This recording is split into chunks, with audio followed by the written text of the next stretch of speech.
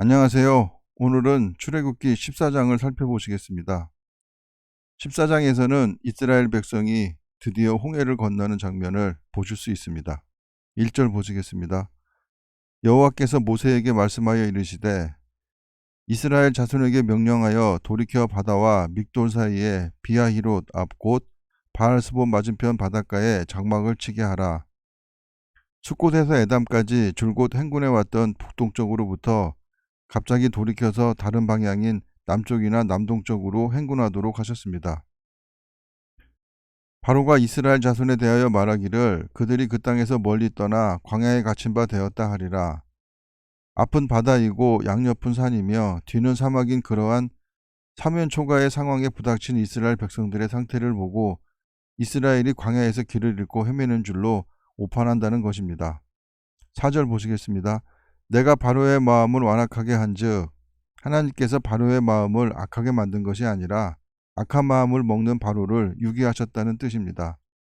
바로가 그들의 뒤를 따르리니 내가 그와 그의 온 군대로 말미암아 영광을 얻어 애굽 사람들이 나를 여호와인 줄 알게 하리라 하심에 무리가 그대로 행하니라. 그 백성이 도망한 사실이 애굽 왕에게 알려짐에 바로와 그의 신하들이 그 백성에 대하여 마음이 변하여 이르되 우리가 어찌 이같이 하여 이스라엘을 우리를 섬김에서 놓아 보내었는가 하고 출애굽한 후 3일이 지난 후 즉 4일째 되는 날로 보이는 것은 모세가 처음 요구했던 대로 3일간만 나가 있다가 돌아오기를 기다렸으나 돌아오지 않자 바로의 마음이 변한 것 같기에 그러합니다. 6절 보시겠습니다.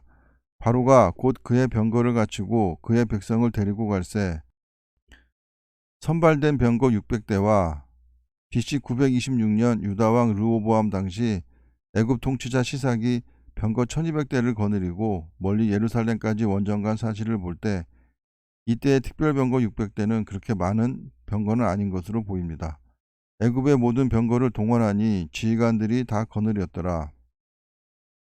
여호와께서 애굽 왕 바로의 마음을 완악하게 하셨으므로 그가 이스라엘 자손의 뒤를 따리니 이스라엘 자손이 담대히 나갔음이라. 애굽 사람들과 바로의 말들, 병거들과 그 마병과 그 군대가 그들의 뒤를 따라 바알스본 맞은편 비하히롯 곁 해변 그들이 장마친 데에 미치니라. 이스라엘이 출애굽한 지 약 6일쯤 되는 것 같습니다. 그 근거는 유대인의 전승에 따름은 홍해를 건넌 것이 니산월 21일 밤이라는 사실에서 찾을 수 있습니다. 바로가 가까이 올 때에 이스라엘 자손이 눈을 들어 본즉 애굽 사람들이 자기들 뒤에 이른지라. 이스라엘 자손이 심히 두려워하여 여호와께 부르짖고 10대 재앙을 애굽 땅 위에 베풀어 그들에게 출애굽을 가능케 하셨던 하나님에 대한 믿음이 없어서 극심한 두려움에 떨고 있는 것 같습니다.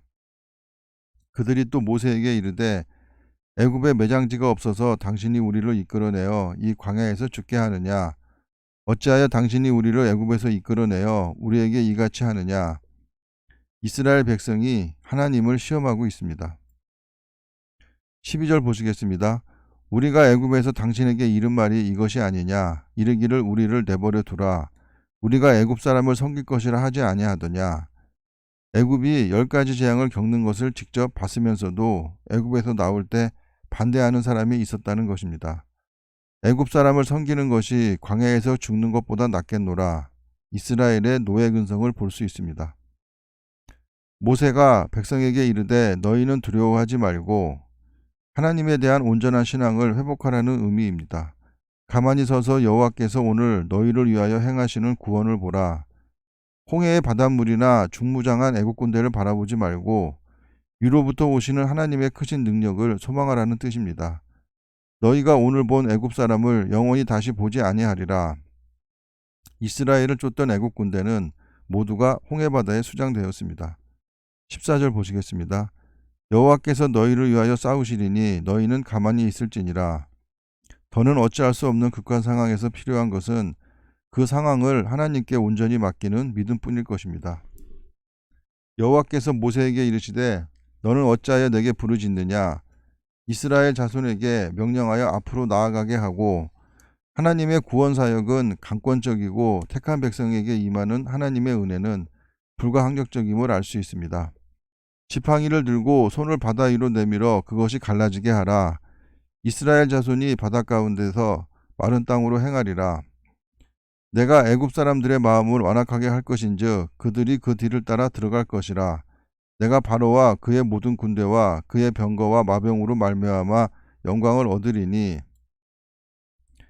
내가 바로와 그의 병거와 마병으로 말미암아 영광을 얻을 때에야 애굽 사람들이 나를 여호와인 줄 알리라 하시더니 이스라엘 진 앞에 가던 하나님의 사자가 그들의 뒤로 옮겨가매 구름 기둥도 앞에서 그 뒤로 옮겨 하나님의 사자가 같이 하는데도 두려워했다는 것이기에 이 사자는 사람의 눈에 보이지 않았을 것으로 보입니다. 애굽진과 이스라엘 진 사이에 이르러 서니 저쪽에는 구름과 흑암이 있고 이쪽에는 밤이 밝음으로 밤새도록 저쪽이 이쪽에 가까이 못하였더라. 구름 하나가 이중적 역할을 했기에 흑암 재앙 시 애굽 땅과 고센 땅을 가른 빛과 어두움을 연상시킵니다. 모세가 바다 위로 손을 내밀매 여호와께서 큰 동풍이 밤새도록 바닷물을 물러가게 하시니 물이 갈라져 바다가 마른 땅이 된지라. 폭이 1에서 2km 정도 되어야 200만 명이 하루에 건너갈 수 있다고 합니다. 이스라엘 자손이 바다 가운데를 육지로 걸어가고 물은 그들의 좌우에 벽이 되니 애굽 사람들과 바로의 말들, 병거들과 그 마병들이 다 그들의 뒤를 추격하여 바다 가운데로 들어오는지라. 새벽이라는 것은 구약시대의 히브리 시각 계산법에 따르면 삼경에 해당하는 시간으로 오늘날의 새벽 2시에서 동틀 무렵까지를 말합니다. 여호와께서 불과 구름 기둥 가운데서 애국 군대를 보시고 애국 군대를 어지럽게 하시며 19절에서는 여호와의 사자로 기록된 것을 볼 수 있습니다. 25절 보시겠습니다. 그들의 병거 바퀴를 벗겨서 달리기가 어렵게 하시니 애굽 사람들이 이르되 이스라엘 앞에서 우리가 도망하자. 여호와가 그들을 위하여 싸워 애굽 사람들을 치는도다.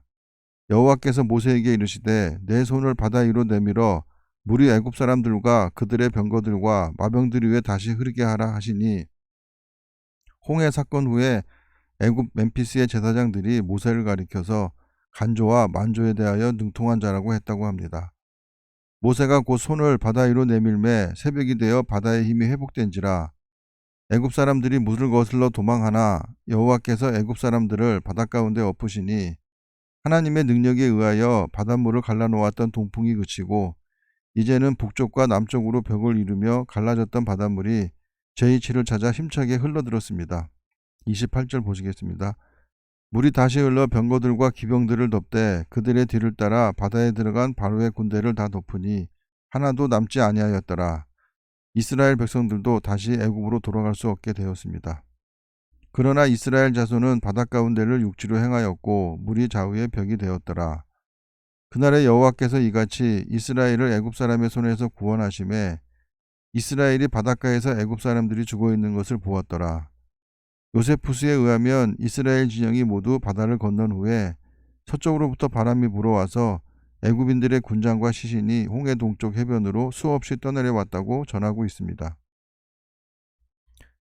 이스라엘이 여호와께서 애굽 사람들에게 행하신 그 큰 능력을 보았으므로 백성이 여호와를 경외하며 여호와와 그의 종 모세를 믿었더라.